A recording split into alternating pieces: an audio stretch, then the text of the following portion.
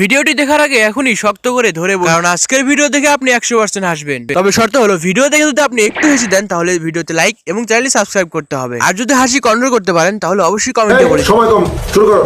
Number 3।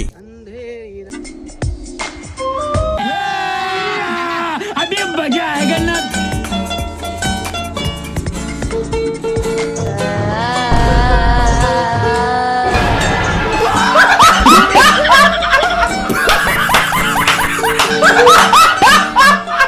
Number 2.